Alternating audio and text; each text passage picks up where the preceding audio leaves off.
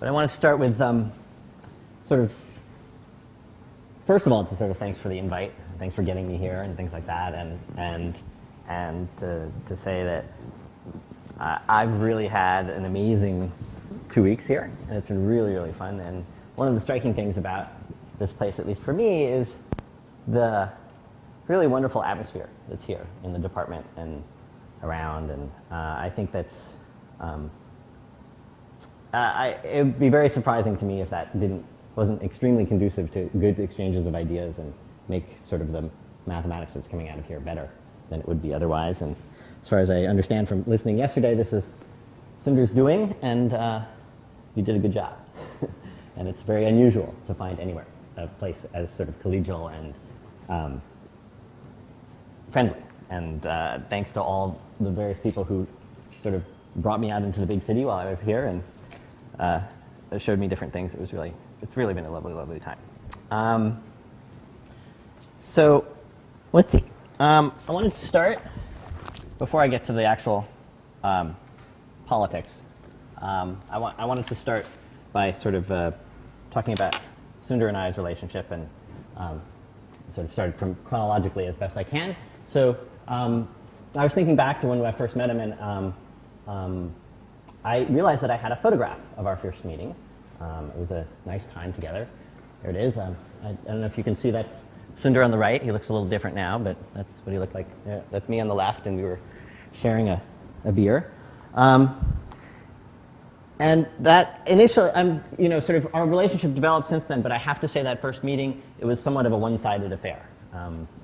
I did most of the drinking, and he wasn't listening to me. I mean, I would sort of say things to him. He didn't really respond at all. But since then, our relationship sort of blossomed, and it became more than just this two-dimensional relationship. And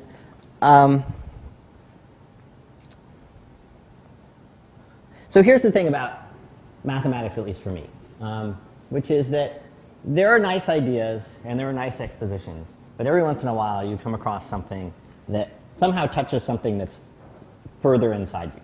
And I don't quite know what it is, but it's somehow the combination of those things makes you, I don't know, it's evocative of emotions. And I haven't run into it all that often, but I have run into it with Sundar's stuff, which I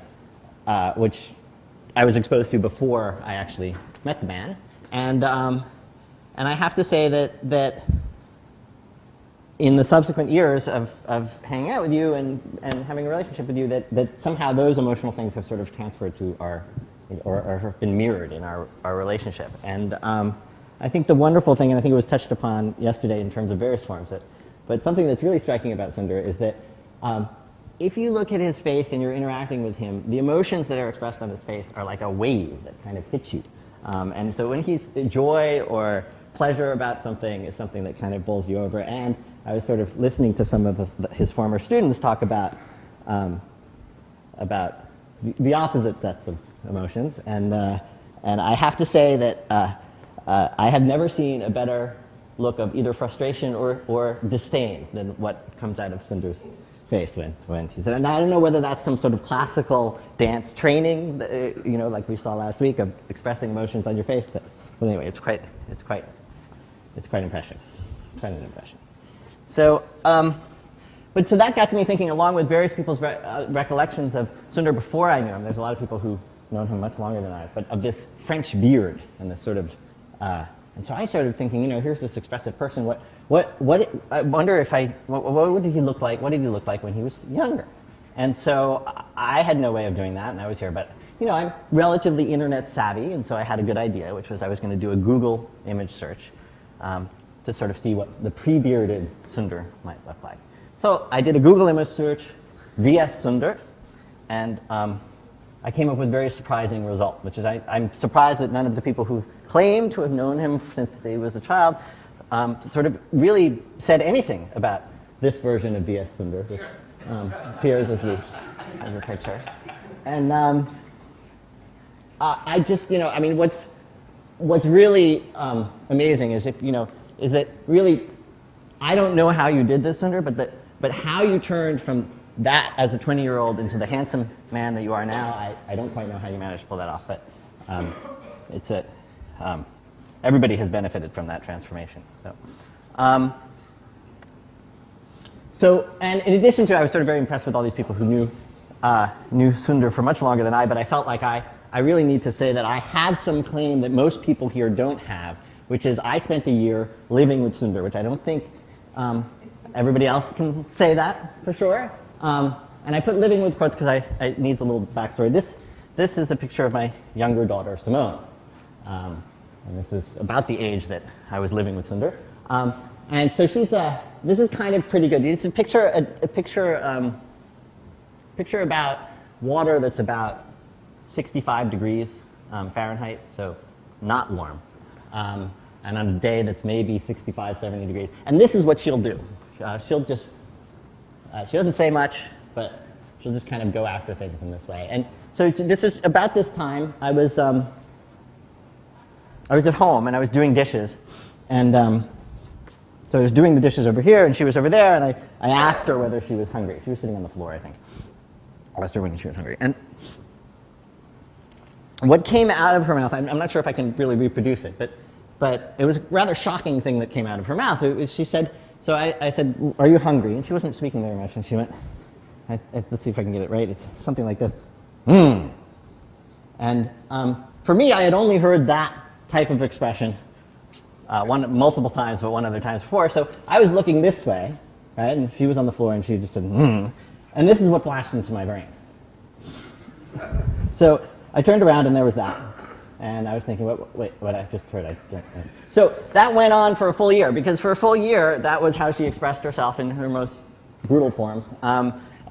Just really very comfortably going, here and there. So it was really this is a very pleasant way of living. Much more pleasant than I would say that would be. So after that year, I felt much closer to Sundar, and he visited various times, and I was sort of thinking about it over those times. And Shami had mentioned that there were these rumors out there about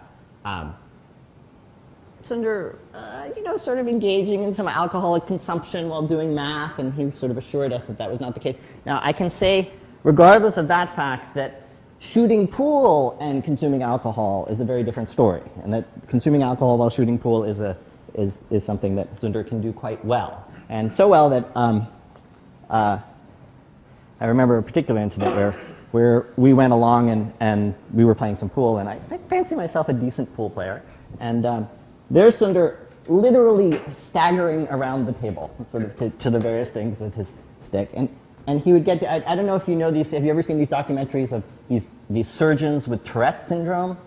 So they have these uncontrollable movements, right? But then they actually do perform surgery, and the thing is that, though they're just before, going like this, at the moment that they do surgery, so they can do these precise motions. So I always felt like I was in one of those documentaries watching him, because he was sort of stumbling around and sort of doing his things, and he would get down and he would line up a shot and stabilize himself, and boom, just right in. And I have to say, you were a really sore winner in that situation, because by the time we were leaving, he puts his arm on my shoulder and he says, well, we had to walk about a block to her, and he says, if you don't mind, I'm just going to lean on you, because I don't really think I could sort of make it to the car in the most direct manner possible. So anyway, I don't know how that applies to anything that I'm about to talk about next, but I thought I'd share that. And I was talking to my dad and my mom, and so Henry and Julie wish you a very, very happy 60th. And my dad reminded me of the story when Sundar came to visit in New York, and we had arranged that, he reminded me of the story, that he had arranged to, I was going to pick him up at the airport, but he said, well, the plane may not be on time, and then there's customs and all this stuff, so why don't I just call from the airport? And this was way before cell phones or anything like that. And so I'm sitting in my parents' house, and I failed to tell my parents the details of the process of how this was going to work out. They knew Sundar was coming and that I was going to pick him up and whatever, but my dad was doing something else, and he was running around. And I don't know if you have this here, but in America, if you have a phone number for long enough, the telemarketers get to it. And so you get these endless calls for people calling you to try to sell you something.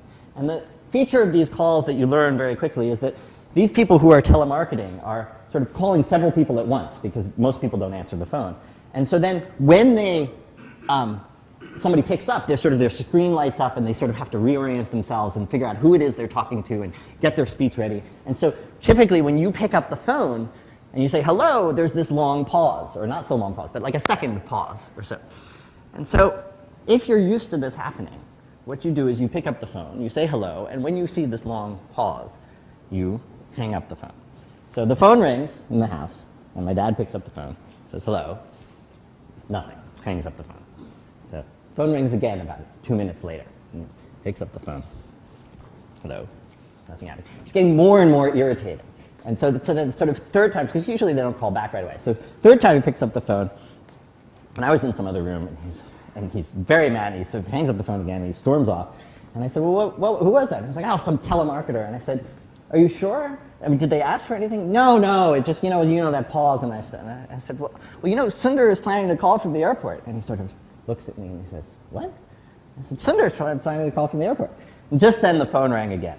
So he picked up the phone, and rather confused and exasperated, this time I picked up the phone, and exasperated Sundar sort of said, hello? And so we finally managed to make that connection. But we had realized but my dad pointed out that even if he had listened to the phone, this is another feature of the telemarketers, is many of the calls for telemarketers actually come from call centers in India.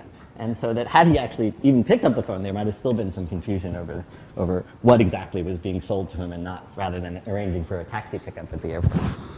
So anyway, so that brings us to our current state of affairs, which is that Sundar has been trying to get me to come this way. He's been doing all the traveling for ages. And for ages, he sends out this lovely invitation. I say, yes, maybe, well, I don't know, I'm not sure. But this time, for his 60th, in my mind, I committed to coming. And so I said so. But in Sundar's mind, this was exactly the same response I had always given him for everything. And so about 2 weeks before I asked Vijay for the number of the name or the address of the guest house, because I needed to put that on my visa. And apparently Vijay betrayed me by telling this to Sundar. And this is the email I got. Vijay informs me that as of yesterday you hadn't even applied for a visa. For God's sake, will you get off and get your visa, tickets, etc. We have barely 2 weeks before you are supposed to start lecturing here, and whatever you do, do not underestimate Indian bureaucracy. Hoping to see you before too long. Fondly but exasperatedly Sundar. Now, I consider this to be my great moral victory, which is, we've all heard about Sundar's preciseness with the English language and writing. And I had got him so exasperated that I produced this out of him. So I was sort of feeling both anxious and pleased with my effect, and so I responded like this, which I thought was a reasonable response. I've talked to these people over time. They assured me I'm playing. Does this alleviate some of your exasperation, or am I just being naive? I got this response. No and yes, meaning no, it doesn't alleviate its exasperation, and yes, I am being naive. And he quotes our government offices are well known for saying, but we assumed you would know that you have to produce a notarized copy of the dog license of your grandmother's fourth dog. So, anyway, since I felt like I was on solid ground, since as far as I knew, we were not pet owners. And so when I came here, I've got to say, just coming here has been so lovely. And one of the things that sunk in, which I hadn't sunk in before, which is that I met Sundar in his office the first day, and he was just sort of glowing. He was glowing. And I realized that, and we started talking about various things, and he had just finished an entry in either the newspaper or his blog, and I just want to make sure that one of the things that's nice about when I don't see him very often is I get to see a piece of him by this blog. And I'm not sure everybody knows about this blog, but anyway, I wanted to make sure whoever doesn't know about it does now. So it's wonderful to sort of read what you're up to, and it's also lovely to think about how pleased you are with the effect that it's having, and it's great to hear the stories about that. So finally to this talk. I figured I could maybe talk for 40 minutes without actually saying anything, but that's not actually true. So it sort of occurred to me in the middle of preparing my talk that this is Sundar's 60th birthday. This is not anybody else's birthday. It's Sundar's 60th birthday. Why in the world on your 60th birthday would you want to hear about a result that you already know? So I asked him that particular fact. I mean, some people would, right? There's some people who want to bathe in the glory of all their past things. But as far as I know, this is not this person. And so I asked him, well, would you like to hear something you already know, or should I tell you something that you don't know or might not know? And he said, yes, tell me something that I might not know. And so I said, even if it involves redistricting and politics? And he said, no, that sounds fine. And I recalled that, in fact, he has some interest in politics, at least in passing, because on November 5th, 2008, which was the day after the day after the US presidential election, he sent me this very short note. I hadn't heard from him in quite a long time, but the following. So he certainly has some interest in politics, and so that's where we're starting. So finally, we will get going with the actual talk. So let me sort of give you a brief sort of background about how the U.S. or the piece of the U.S. politics that you need to know, which is this is the map of the United States. The United States are divided into, as the name suggests, states. Let's see. So that's California over here. That's where I live now. I grew up over here, or the 27 in New York, but just on that little tip over there somewhere.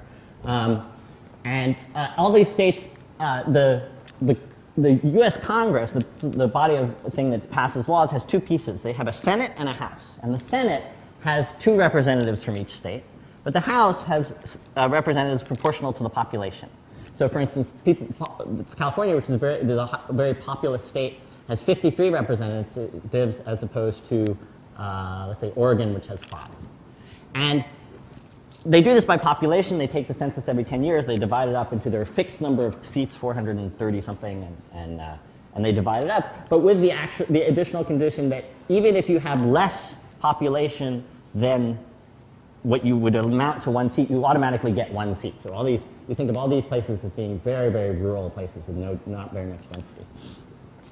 And anyway, here's the thing. How you get representatives, these 53 representatives, is not based on a statewide election.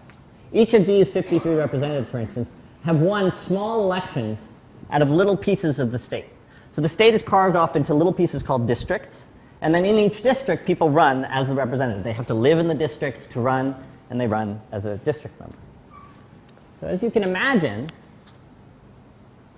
there is some issue around how to draw these lines for these districts, because depending on how you draw might affect the balance of power within a district. And so that's the question we're going to talk about. How does drawing these lines, which is called redistricting, affect things? And you might think, well, these lines have been existed for ages and ages and ages, and so there's no question nobody ever redraws them. But in fact, every 10 years they do a new census, and sometimes, you know, the population shifts from one place to another, and so this, you know, California may have only 52 representatives the next time around, and somebody else has something. So that means these 53 regions have to be redrawn into 52 regions, and this happens all over the place. So every 10 years, and also within the regions, they try to break it up into reasonably the same size population. So based on that, they have to shift lines every 10 years. And so that's the process of redistricting, and you can imagine that some strange things end up happening because politicians get involved in drawing these maps. So here is a map of, I think this is Nevada. And these are the districts within Nevada. And take a look at District 2. Right? So the people who elect District 2 include these people, but nobody outside here, just this narrow strip, and then these people and these people. Right? So you can see that something is amok, right? Something's amiss. And this is an ancient thing called gerrymandering, for those of you who haven't heard of it, named after somebody who originally did this in 1912, the Massachusetts governor. But here's another example. This is Illinois. And take a look at number 17. So it sort of goes down here and goes in here and has a little bit in here. Right? So there's some crazy stuff going on. Now, why is there some crazy stuff going on? And the reason is where boundaries drawn makes a difference. So if you have a population of the whole state where the people you want to vote has X% of the population, if you're allowed to freely move people around and draw the districts any way you want, you can actually arrange to win 2 times X percentage of the vote. So if you had 30% of the vote, you could win 60% of the seats. And the way that you do this is pretty clear. It's right. You pack it in so that in any district you win just barely with your 30%, and then all the other districts you lose really, really badly. So in the districts that you're going to lose, you pump as much of the other person's population in. And then you sort of make a close call in the regions used, and that's how you get up to 2x from x, is by doing this process. And of course, you can't get more than 100. And so that's in theory you can do that, and in practice, in fact, people do. And so here's two examples. The most notable case recently was in 2002, where somebody did it sort of overtly in a time when there wasn't actually a thing. And here is the result of the difference. The previous vote was 15 Republicans and 17 Democrats. And this was redrawn by the Republicans.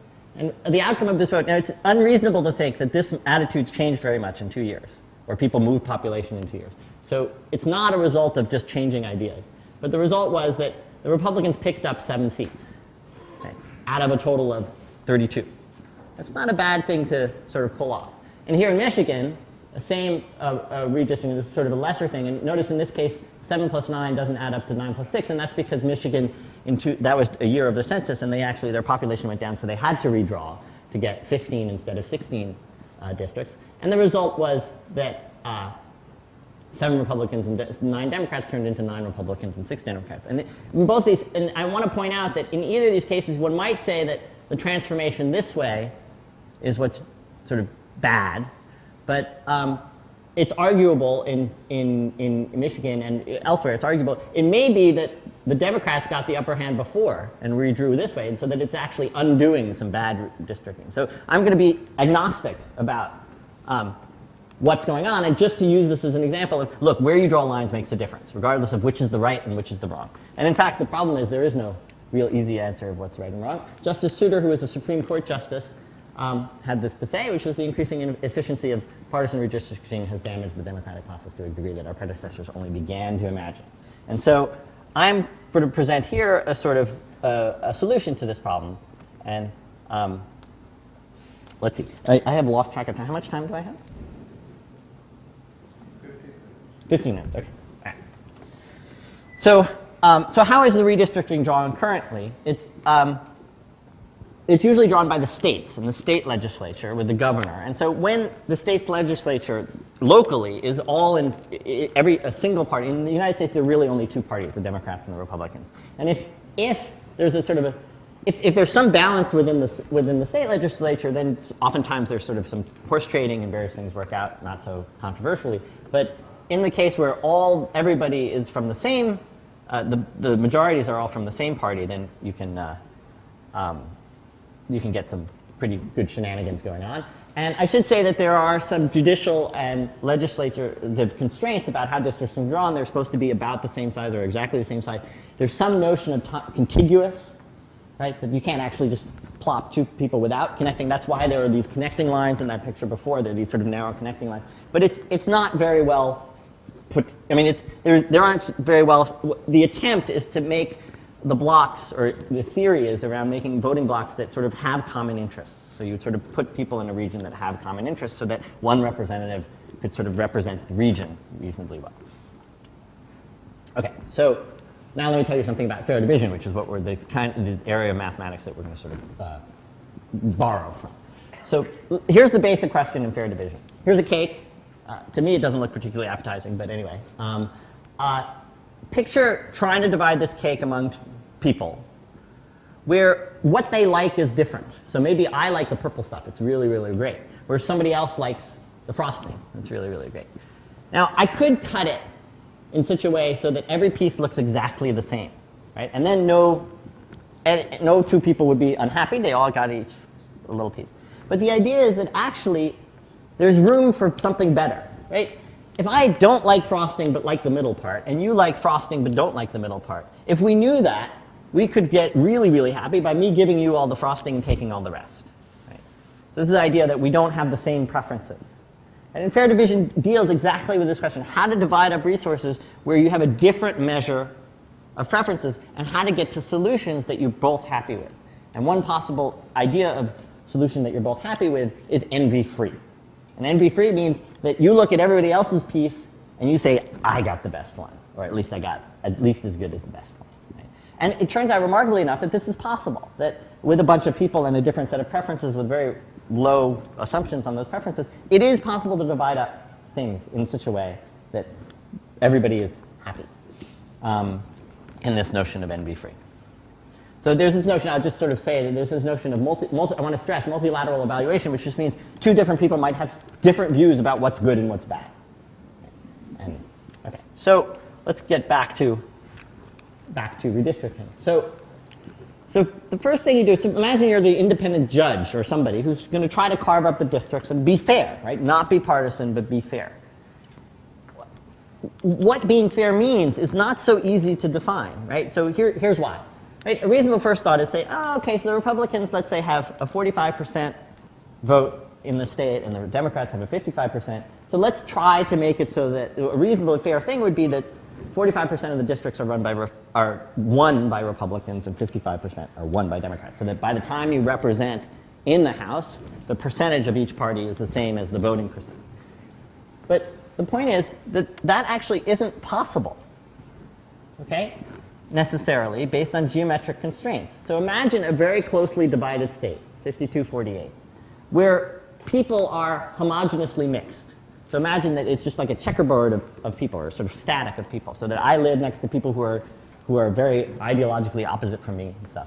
Then any small region that you pick, what's the population going to look like? It's going to reflect exactly the same thing, right? Every small region you take will be about 52-48. And there's no way, and so that would mean the 52 would win every district, right? It would win 100% of the things. And there's no way to force them not to if the population is mixed up this way and if I'm supposed to group people contiguously, right? Because it's just sort of, so that's just what this said. So this would yield 100 to 0% in districts. And one should argue that that would be the right thing to happen, right? Because that is really, if we want to represent people geographically, that is the only possible solution, that the 52%ers win most of the districts. So this is just to point out that there are these geometric constraints. And so this initial idea of percentage of districts won being proportional to the population is just not right. It's not a right idea of fairness, right? And so we need some sort of incorporation of fairness that includes geometric constraints. And so, okay, so we're going to embark upon that definition. So first of all, we need a little terminology. So first of all, a viable division will be you're going to take a state and you're going to divide it up. A viable division is any division, guess if you were an individual before the vote happened, your best guess as to how people will vote. Okay, and now let's sort of, I also want to put some definitions about how preferences, and I'm going to call a rating system R, a number indicating how desirable each viable division is. So I present you a map. Imagine you're a Republican Party member or representative who's making this decision. I present you a map of how things are divided up. You have some idea of how much you like this map, right? So that's going to be your rating system. And for each map, you'll have a rating system. And I'm going to specify a particular one, which is R-win, which is going to be your prediction based on your voting model for how many seats you actually win, how many districts you actually win, okay? Now, you might say, well, of course that's what would be. All you want to do is count up how many that you were going to win. But in fact, that's not actually the case. That's not actually the case because sometimes you might want to, there might be some wins that are more valuable than other wins. So there are certain districts, and I'll get to that for a second, but let's just call our win the win. And an additive rating system is going to be one where you rate each, if you look at a map and you have these districts, you're going to decide, you're going to have a number associated to each district. Maybe that's the percentage chance that you think it's going to win, your expected chance of winning, or whatever it is. But it's a rating system according to, and I want an additive rating system to be one that sort of is locally defined that way, so that you add up your ratings for the individual districts to decide on your rating of the map as a whole. And so I want to just sort of carve why R-win isn't necessarily what you might like is, first of all, that some districts are more valuable than others due to incumbent committee placement. So once people are elected into office, they sort of raise in the ranks within Congress, and they can be very influential when they're on committees. And so you might have over here somebody who's on some very influential committee, and somebody over here who's just running for the first time, and a win over here for you as a party is much better than a win over here. So you'd rather have this, and that would be an example where you would rate making sure this guy wins as more important than making sure this guy wins. So that would be an example where it's not our win. And there are a couple others, but I'm just not going to, I guess maybe let me point out the last one. Another one that's very valuable is if you can redraw a map so that two people who currently, of the opposing group, are currently in office, if you can stick them into the same district, that's really good for you, because only one of them is going to come out, right? Unless they're going to actually physically move houses, which is very unlikely because they're married with children and various other things. So that's another reason why you might rate even a district that you were losing, a map in it that had a district that you were losing, you might rate it quite highly just for that. So again, I'm trying to define what's fair, and so I wanted to take the geometry into it, and so here's the idea of a geometric target. So giving a voting model V, which is an idea of how you're going to vote, and a rating system R, your own preferences. Okay? Here's a geometric target with respect to V and R. Okay? It's going to be the average of the highest and lowest ratings among all viable divisions. So you imagine saying, suppose I had complete control of the map according to my rating system, what would be the best thing for me? And whatever the rating for that would be the highest. And then you imagine that your arch nemesis is doing it, who knows exactly what you're doing, and what would be the worst for you, and that's your lowest, and you take the average of those two. Okay? And we'll call the absolute geometric target, which is not, so this is according to, this geometric target is for between you and your prediction of the model and your rating system. And we'll call it the absolute geometric target, the one where we use the actual post-voting map, and we'll use the target R win. We don't have to, but that's what we'll call the absolute. So the features of this is that it incorporates geometric constraints. It also produces a viable target. Okay? Whereas previous ideas of fairness, you might not be able to do it based on geographic constraints. But built into this definition is that you can achieve something within this range. Okay? And when there are no geometric constraints, right, if you just sort of pictured I could allow everybody to move anywhere. Now let me calculate what this thing turns out to be. When there are no geometric constraints, this turns out to be the proportional to the vote. So if there was 52-48 and you could move anybody around, this turns out to be, it would win you 50, the geometric target would be 52% for the people who had winning 52% of the seats if you had 52% of the vote. And similarly for the 48% would produce 48. Okay, so what I'm about to describe achieves this. So it allows you to get both parties to get their geometric target, or just about their geometric target. So let me explain how this works. Okay. So this is very similar to if you have a cookie between two people. Let me just describe this. It's called a moving knife procedure. If you are an adult who has two children, this is a very helpful thing to know, which is you have a cookie or something like that, and you want to divide it fairly, and you don't want to have and your children are not able to do the, you divide and you choose. Here's the way to do it, though it is a little bit time consuming, is you take a knife and you slide it over and you tell each kid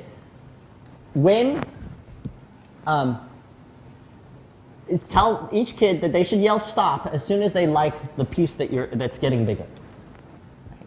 So let me see if I can just quickly do this. So you have a cookie, right, and you have a knife, and you start to move it this way. Right? So at the beginning, both kids will prefer this side, presumably. Right? And you slide this knife along, and you say, tell me stop when you prefer this piece. And so the first person who says stop gets this piece. And so that's the incentive. Right? So do you understand how that would work? So the first person who says stop gets the left piece, the person who would remain silent gets the remaining piece. And if you think about what that does is you'll say stop. If you want, it's sort of a balanced thing that as soon as your value of both pieces are about the same is when you should say stop. Because if you wait any longer and the other person says stop, you end up losing out and getting less than 50% of what you value things to be. So this is the exact idea that we're going to go here, but it's a little bit subtler, which is you go to the two parties and you present a line and you say, I give you the choice. Either you get to divide up this side, but your arch nemesis gets to divide up that side into districts. Or the opposite. And you tell me, I've offered you up this line, you tell me which you would prefer. So both parties tell which they prefer. If they ever differ, okay, if they ever say, I would like to, if they ever would say, if party B says, yes, I would like to divide up this part, as opposed to that part, and party A says, I would like to do it. Then you say, okay, go do your worst. Go divide up. And so this party A will do what they want to do over here, and party B will do what they want to do over here. Okay. And so let's sort of think. So then, and suppose they both say, no, both people want to divide up this side, right? Like little children, right? So then you start to move the line over, and you do the same thing. It's an independent person who does the initial line, just like a parent. So, how you do it? You do it. So essentially, there's one constraint on this line that you want, which is that you want the amount of population over here and the amount of population over here to be sort of divisible by the basic unit of the thing. So you can't move it continuously, you have to jump it, but you can jump it, you can sort of pick your direction pretty much at random and then just avoid highways and lakes and things like that and draw your line right here. It's a pretty, relative to what else needs to be done, you can do it in a pretty random way. And so you'd start off with a line that just has one district on the left and all the remaining districts on the right. So at that point, you've already drawn the one district for the person, so everybody will prefer the right side. Right? So both parties will prefer the right side. By the time you've gotten to the other extreme of moving things across, right? By the time you've gotten to the other extreme, they all prefer the other side. Right? So at some point they switched preferences. And if they disagreed the whole time with each other, they must have switched at the exact same moment between preferring the one side to preferring the other side. And so this is very important. If they switched at different times, somewhere between the two places where they switched was a place where they agreed that one of them wanted to divide up one side and one of them wanted to divide up the other side, at which point you just offer them up and they do it. Now remember, right, that these guys, this is, by the way, the Democrats are represented by donkeys and the Republicans by elephants, for some reason, I don't quite know. But they have different preferences, so we're not all, they're not all, we can't independently figure out what they want, they have to say what they want. But that's what you do. And when you get to a point, if you get to a point where they always disagree, there is a moment when they both switch their allegiance from dividing up one side to dividing up that side. And that must be at a point, the idea is that must be at a point where their preferences are pretty weak, because you've only slid the line a little bit, and they've switched their allegiance from one side to the other. So what you do at that point is you just randomly assign them the two things. And the result is that one will be unhappy, but not that unhappy, because it was almost what they wanted. And so let me just sort of do it, let me just give you an example. Here's an example, and I'll try to finish up very quickly just with this example. But here's an example of imagine a state, and there are these sort of smaller districts, they're smaller regions, and what I'm trying to do is divide this, so this is because this region is small, all these regions are supposed to represent the same number, a block of population that's the same size. So U, for instance, is more like there's like a city over here, because the density is bigger. Here are the suburbs, and here's the country, right? And so the task is to divide it up into 5 groups of 5, right? And let's assume that we know that this is how people are going to vote. So 47 of the one party A, 47% vote for party A here, 59% vote for party A here, et cetera, et cetera. And if you sort of do this calculation for this example, party A has a bare minimum majority. Right? So they have just a little bit of minimum majority. So let's see what happens with this thing. So first of all, let's analyze the targets. This is what they can expect to get. So here's what party A would do if it had complete control. Right? Here's an example. The bold lines represent, so this is a district, this is a district, this is a district, this is a district. And the gray ones represent ones they would win, and they would lose this one. So you notice that this is one, they've packed this one to be things where they're really poorly represented, right? And so they've won 4 districts and lost 1, even though they only had 50%, 50.2% of the population. And here's the opposite extreme, right? Here's somebody who packed all the city dwellers together into one thing, and where that party had the majority, so they've only won 1 district in here. So the calculation of the geometric target then says, if I'm just counting wins, the best I can do is 4, the worst I can do is 1, so my average is what I'm shooting for, which is 2.5. Right? And so now if we go through the protocol, here's the set of splits. We're going to offer them this cut, then this cut, then that cut, then that cut. And for the first cut, the 2 choices, this is analyzed from party A's perspective, the 2 choices would be 2 wins for party A and 3 losses, and if they were allowed to divide up this side, and if they were allowed to divide up that side, 4 wins and 1 loss. Right? And now if we slide this over, it's 2 wins and 3 losses and 3 wins and 2 losses, and so they would prefer to divide up the right-hand side here. Right? And the second one, they still prefer to divide up the right-hand side. For the third one, now they start to prefer the left-hand side. Right? Because there it gets them 3 wins, whereas the other gets them 2, and it just gets worse from there. Right? So this is where the switch point happens. Right? over here, they preferred to divide it up the right side, whereas over here, they preferred to divide up the left side. So the algorithm would say, here are the 4 choices around the switch points. We'll assume the other person's really wanted the exact opposite. And so we flip a coin between these. And the point is that each of these divide you up at 3, 2. So one party gets 3, the other party gets 2, which is as close as you could get to this geometric target of 2.5 as you could, given that you can't win 2.5 distance. Okay? And so I guess I've run out of time, so I'll stop. But the real strength of this is that it has this, you might sort of somehow think that you're giving some party a false choice. If they have 80% of the vote, then they seem to be sharing the power equally with the other party in this process. Right?